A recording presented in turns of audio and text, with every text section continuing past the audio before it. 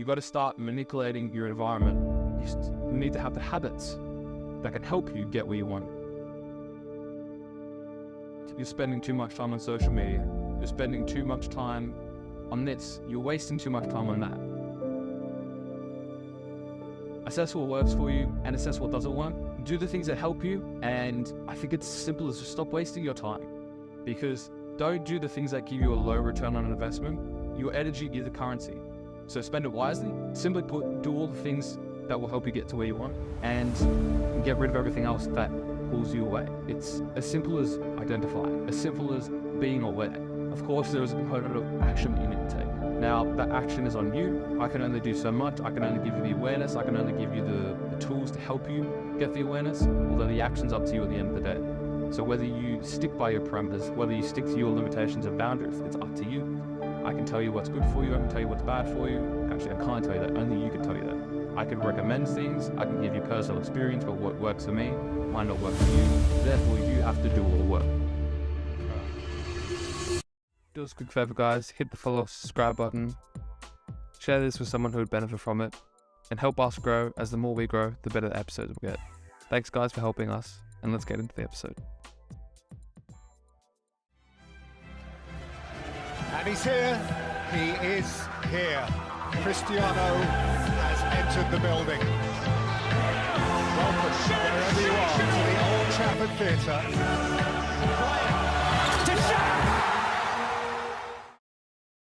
Welcome to this episode of the Sculpted podcast. In today's episode, we're talking about how to confine your own matrix. So, a lot of people these days talk about the matrix. Everyone's saying escape the matrix. Depends who you listen.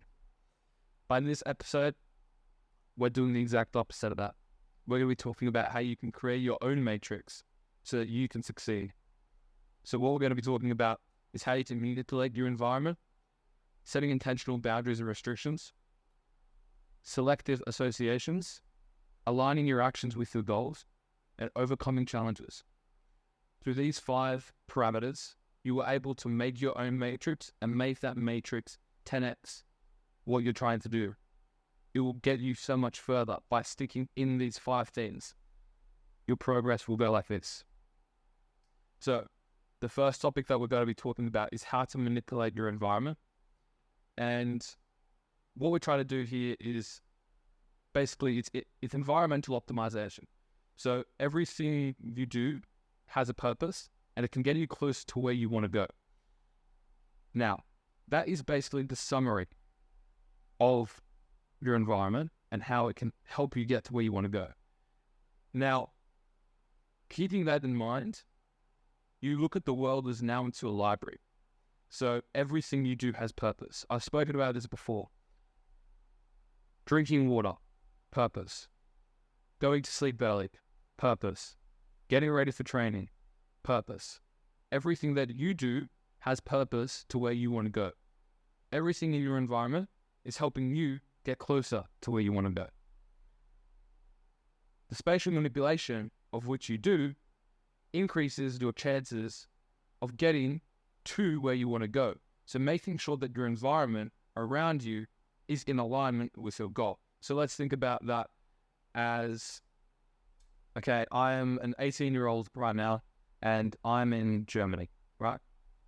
That's literally me right now. So if I was to create my own matrix for me to thrive in, okay, instantly I can think, I don't want distractions. What do I do? Okay, I know that I can, design my situation to get rid of the distractions. How do I get rid of the distractions? Okay, I do this, I do that. I start to manipulate and optimize my environment. Through this process, I can use trial and error. I can try this, try that, different ways of doing it. But the main goal is to optimize your environment and make sure that you can really refine it to get where you want.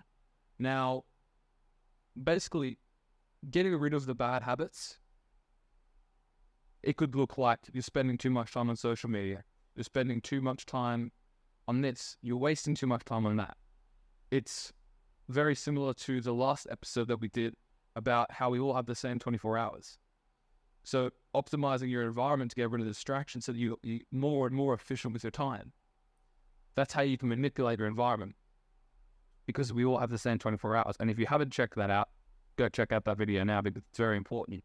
So once you've learned how to optimize your environment, you can then manipulate specific aspects, whether it's everything you do with the attention. Let's say you have, family time is very important, but you can't just get rid of it because it's a waste of time. Now we have to delegate time. So how we can delegate time to that could be, every Sunday, the family and I go on a walk on the beach. Well, I can't really do that, but make this personal. Have purpose, right? The intention behind something. So why are you having family time? Well, you know that family time is good for you. You know that if you weren't doing that, your family wouldn't support you, right? That's helping you get where you want to, because you realize that you need your family on your side to get where you want to go. Therefore, you have to spend time with your family, right? Okay, in your busy schedule, spending time with your family may not be seen as beneficial, although we can establish that actually having your family with you, supporting you on the journey of which you want to go down, that is important. Therefore, you delegate time to spend time with your family. It's these types of things where you bring that awareness to seeing how you can delegate your time, where the highest ROI is of your time. And that's actually another future episode that I'm going to be talking about, is how we see our lives and how we use our time and energy as currency, which is going to be an interesting one. I'm actually pretty keen to do that. But what we're doing there is we're engineering our environment, okay? So making sure that you have the right people around you, of course, that's a given, just like the Friends episode. Actually, maybe that was the last episode that we released. But you've got to start manipulating your environment. You need to have the habits that can help you get where you want. That could be, let's say, it's your I guess it's individual for every single person, but we can say that for me, for example, my non-negotiables every single day: training, mental work, strength work, stretching. These 4 things, we could add nutrition in there. These 5 things, right, that I do, these are non-negotiables. I have to do these every single day. These are habits at this point.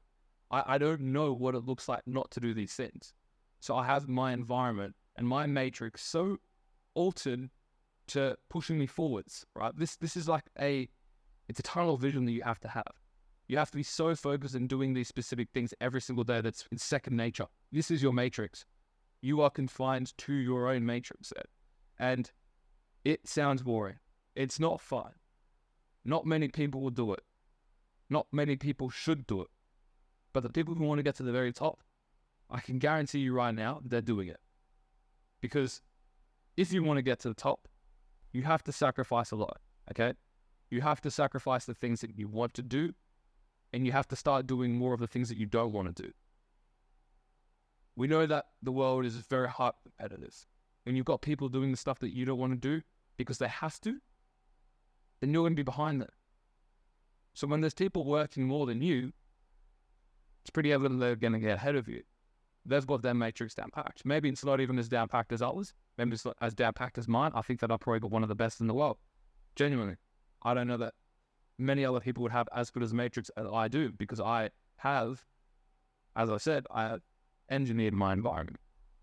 It's gone through trial and error, very specific time and effort into this.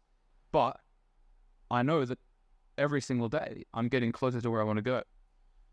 All right, the next topic that we're talking about is setting intentional boundaries and restrictions. So what that looks like is assessments and evaluations. Now, assessments and evaluations of what's helping you and what's not. So we can speak about that as being strategical limitations, purposeful constraints, deliberate boundaries, and control parameters. So we need to find out what works and what doesn't. That could be for you. It could be, that waking up early works for you. Okay, that's good. Write that down. you could see that why does waking up early work for you? Let's say it's giving you that momentum. You assess that, you evaluate it. Is it giving me the right momentum? Maybe it's not giving me the right momentum, because at the end of the day, maybe I feel like I've completed everything and I put tools down. Maybe I need time pressure. So you start to assess and evaluate all these specific things that help you. You've got to find what helps you and what doesn't. Then what you're wasting your time on as well. And this is what I spoke about again in the 24 hours that we have. You have to get rid of these things, okay? You need to unlock your potential with purposeful actions. That's a very, it's a very powerful thing, I guess. At the end of the day, the world is our library, and it's filled with knowledge and opportunities. And basically, we need to keep the good and ditch the bad. So refine the practices that we have, and you need to master those habits and the intentional boundaries to watch the success unfold. So for doing that, right?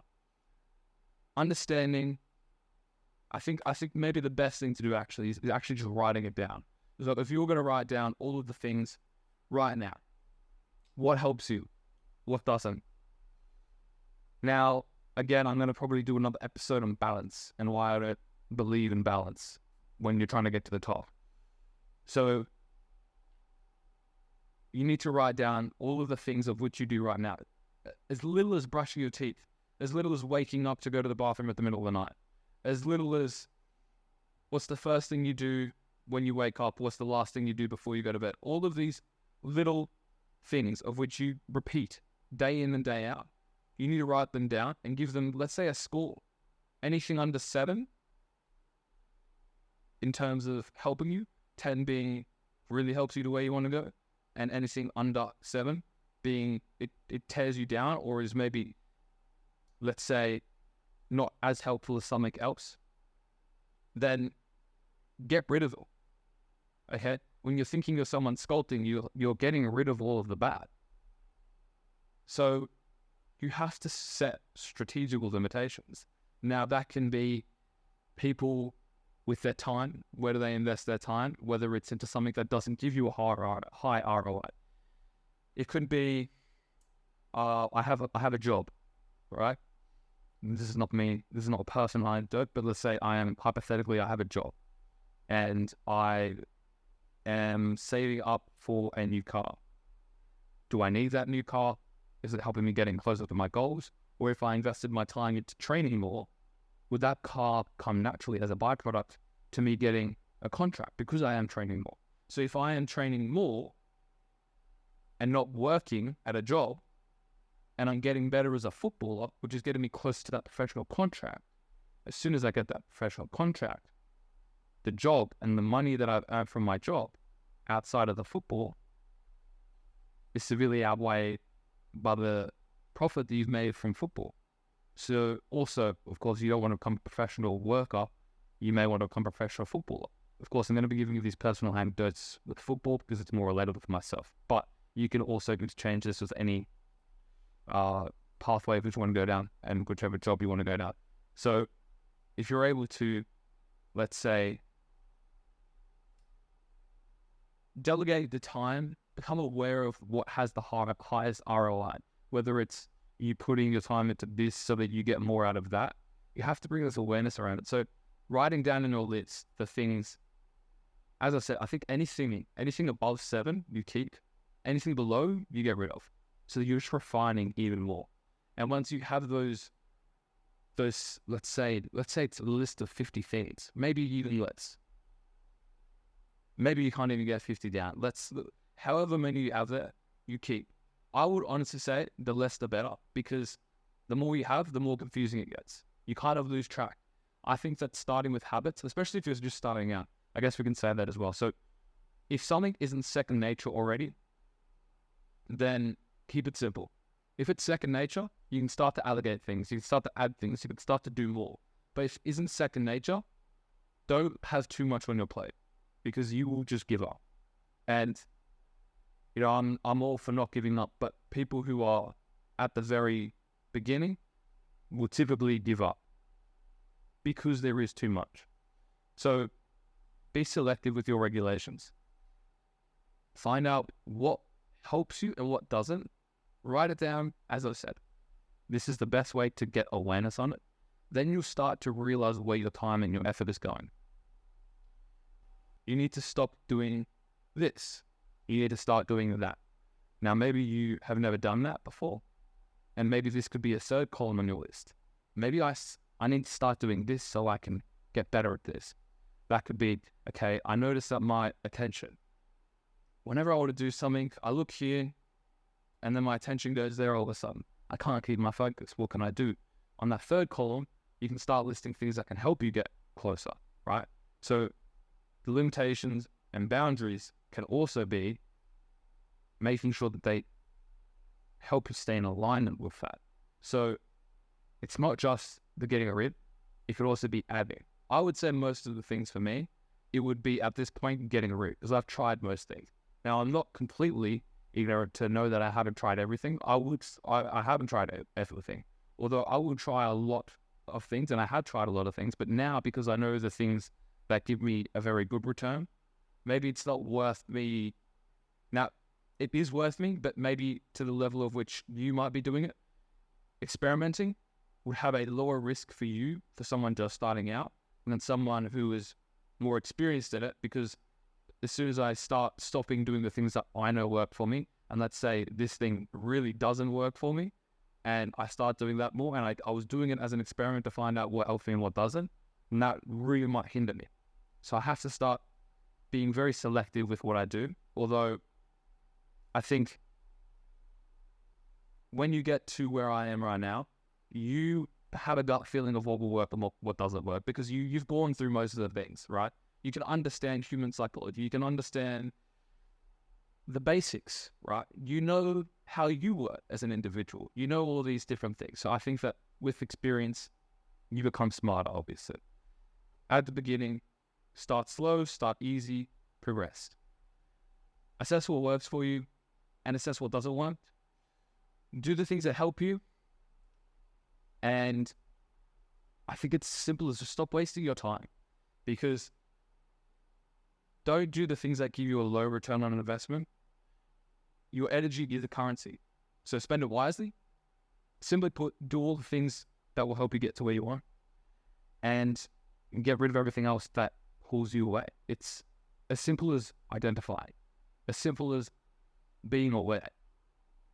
Of course, there is a component of action in intake. Now, that action is on you. I can only do so much. I can only give you the awareness. I can only give you the tools to help you get the awareness, although the action's up to you at the end of the day. So whether you stick by your parameters, whether you stick to your limitations and boundaries, it's up to you. I can tell you what's good for you. I can tell you what's bad for you. Actually, I can't tell you that. Only you can tell you that. I can recommend things. I can give you personal experience for what works for me. Might not work for you. Therefore, you have to do all the work. All right. The next thing that we're going to go on to is selective associations. All right. So this is pretty similar to the last episode that I did with the allies versus friends. So I guess what I've written down here for the main topics is allies are more valuable than traditional friendships, as they actively support your goals and share a common vision. If you didn't watch the last episode, then you would know how you can nurture relationships to be allies rather than friendship. And just to summarize, I guess, the friendship versus ally. Friends are more of a emotional bond, I guess you could say. Allies are more of a rewarding bond. So the effort and time that you give to an ally, typically the transaction is in alignment with where you want to go, where a friendship is an emotional basis, right? Maybe you just want to have fun. Maybe you just want to spend time together. Maybe it's a long family bond that your families had together, and you just like to spend time with it. That's it's up to you to decide. But I know that allies are better than friends for me, right? The friends that I spend time with, that I don't have a direct ally relationship with, I would say I have very good friendships with. Although even then, I think that the things that we talk about, the way that we interact, I would even still say that I treat them more like allies. I would say that most of the people in my life now are allies. I have very, very few friends. I honestly wouldn't say that I have more than 5. Now, allies, I got a lot more. Friends, where I purely spend just time with them to have fun, although that's not what I do with them. Typically, I'll just see them, go out for lunch, something like that. That's all I would do. Nothing more, nothing less. We'll keep it as that. That's as far as my friendship goes. I'm okay with that. If they aren't, then they don't need to be my friends. But that's how I want it to be.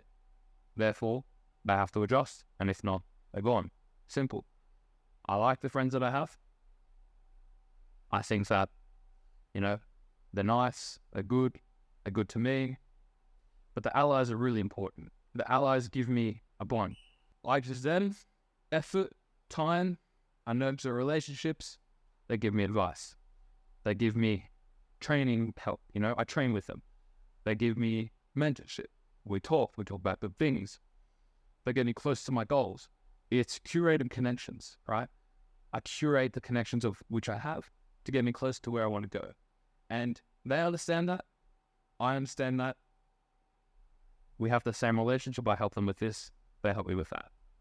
We both bring each other up.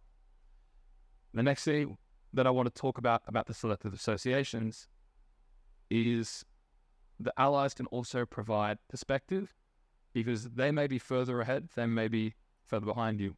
Both are helpful. You can help them get up to your level, which then helps you get beyond because you understand from a secondary perspective what works for others. You might be able to see that this works for them, this doesn't work for you. Okay? It's a secondary opinion. It's a secondary, let's say, assessment. It's good to have things that disrupt your own thought patterns. It's good to have you don't want confirmation bias all the time because as much as you change, your actions will as well. And if you change and your actions don't, then the actions won't be the same every time. So you have to constantly evolve. You have to constantly refine. Now that's not easy to do. You need a lot of self-awareness there, but that's what allies can help you with as well. So you need to foster those relationships with your allies. It will accelerate your progress, increase your self-awareness, and you will have a network of individuals who are like-minded that will help propel you to where you want to go. It will help propel them to where they want to go. And when you have such a good group of people around you who are highly successful and you're at the top, then I would much rather that than having just a bunch of friends. I could really envision having some really good people around me at the highest level, and that would be amazing because we're all at that level. We can all share insights. We can all give valuable little things here and there. I think that that's a very, very good way of doing it. And I think that you need to unlock the power of allies because allies are far beyond just a mere friendship. You have shared goals. You have active support. Your allies are transactional bonds that elevate you to where you want to go and elevate them to where they want to go. So gain perspective, it's specialized wisdom, and they give you the accountability and growth to accelerate where you want to go. Now that's the most important thing. It's accelerating where you want to go. All right, so the next thing that we can talk about is aligning your actions with your goals. Now, I think that this also goes in quite nicely with the morals of which you should have. Now, again, I'm going to do another episode on your morals. And I have 3 morals. If you don't know already, professionalism, dedication, and effort. Your morals should be the parameters of your matrix in terms of how you act. Everything you do should be with the X, Y, and Z. For me, the utmost professionalism, the utmost dedication, and the utmost effort. within my matrix, everything that I do is confined within these parameters. Purpose-driven actions and staying in alignment with your three morals keeps your matrix intact. This is important for you to understand how you work, also for you to get confidence on how you act, how you need to present yourself, how you want to be as an individual. These three things will keep you in alignment with your vision. When you start to deter from these three things, you start to realize you're not going where you want to go. You start to realize that when I don't do this, I don't get the reward of which I thought it does. That can build a stronger affinity to those morals, where you start to realize, wow, if I really stop acting like a professional, then I'm not going to be getting where I want. So if you start to deter from them, you probably realize how important they were in the first place, who you are as an individual. When you start to know who you are as an individual, you start to bulletproof your confidence. You start to be unshakable. When someone tells you this, you don't believe it because you know the truth. You know who you really are. When someone says that you can't do this, or they believe that you're this, and you reflect on yourself and think, am I really that? Well, I know that I'm not actually that. Therefore, anything that they say about me is actually proof that they don't know me well enough. So when someone doesn't know you well enough and they're criticizing you, you then don't value that criticism as much because you only see that as noise. And when you start seeing it as noise because it doesn't align with who you know you are, then you really start to become unshakable. You need to do the things that align with your morals to confirm that those morals are actually you, to confirm that's how you act, all of these things. That's how you get in that confined matrix of your parameters and in your goals. Helps you get closer. Staying within that is very important. So to tap into your moral compass, you need to keep the matrix intact and live by your parameters every single day. It's simple. Act professional. Act with the utmost dedication, with the utmost effort. Align with your actions. Align with your beliefs. And those three morals will guide you, right? Embrace your values and stay true to the matrix of which you've made. Okay, this matrix is, if you base your matrix on those three morals that you have, then your matrix becomes unshakable. When someone tells you, no, you should be doing it this way, you know that, no, I should be doing it this way because this is what works for me. So when your matrix becomes unshakable, when you become unshakable, then all of this external becomes noise. You know what works. You do what works. You're going to get where you want to go. If you are so convicted in your parameters, then you will get where you want to go.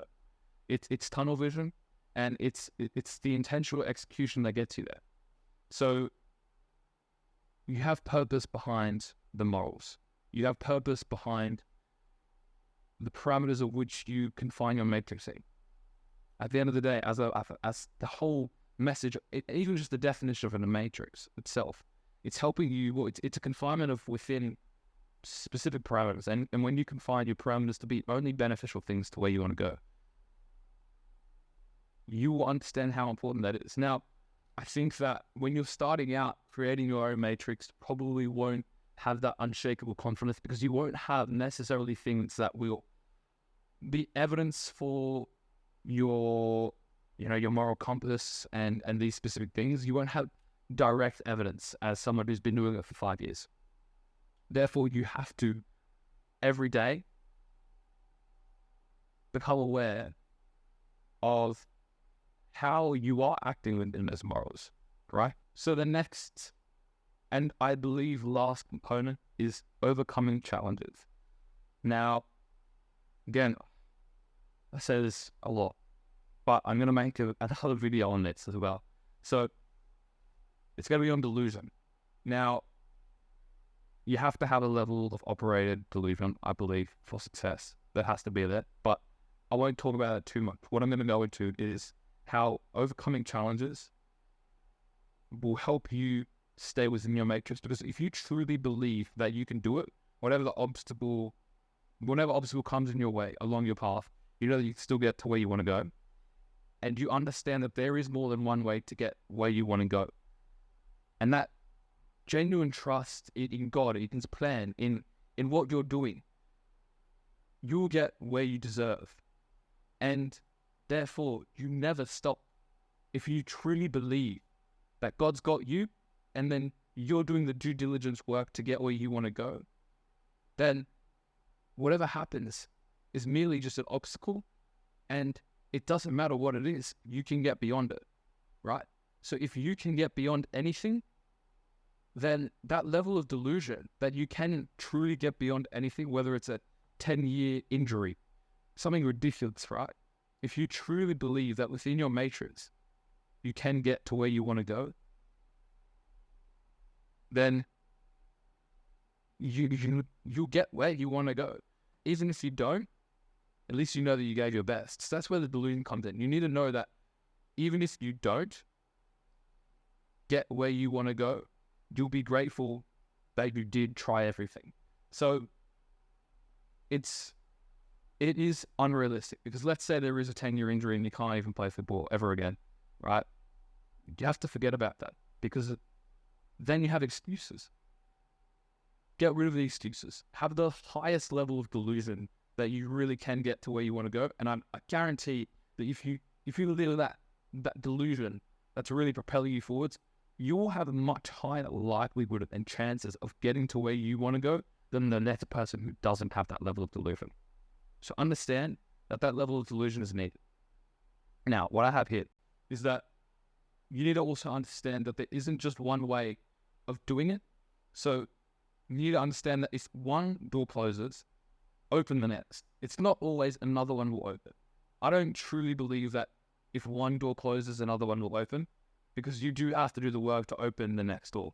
So there isn't just one way of doing it. And if you are a true cleaner, we've talked about in Relentless, or in the Relentless series, which you probably have heard as well, then when you truly believe in that parameter, then you will get to where you want. And again, that level of delusion that maybe it might not, but you're better off for believing it.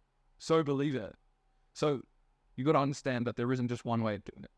Now, that comes with adversity navigation. You do have to understand how you can get over those obstacles. It's not as just simple as, oh, okay, I've broken my leg, I'll still be a professional footballer tomorrow. You still have to navigate that adversity. You still have to be better for that setback. You want to fall forwards, not be set back because of it. You have to build that sustenance. It's a process, but you have to have agile responses in place to make sure that you have these things in your toolbox to get to where you want to go. Now, that's actually kind of the end of what I wanted to talk about. And it's a shorter episode for you guys, although I hope that you can actually take away the things of let's just say for the matrix itself, right? I talked about it in the beginning how, escape the matrix, make your matrix. Make your own matrix for success. Now, the term of escape the matrix and the term that I'm using about, build your own matrix, they're not the same thing. What I'm saying is that this matrix for yourself is going to help you get to where you want to go. It is the complete opposite of the cliche of escaping the matrix, right? Build your own matrix.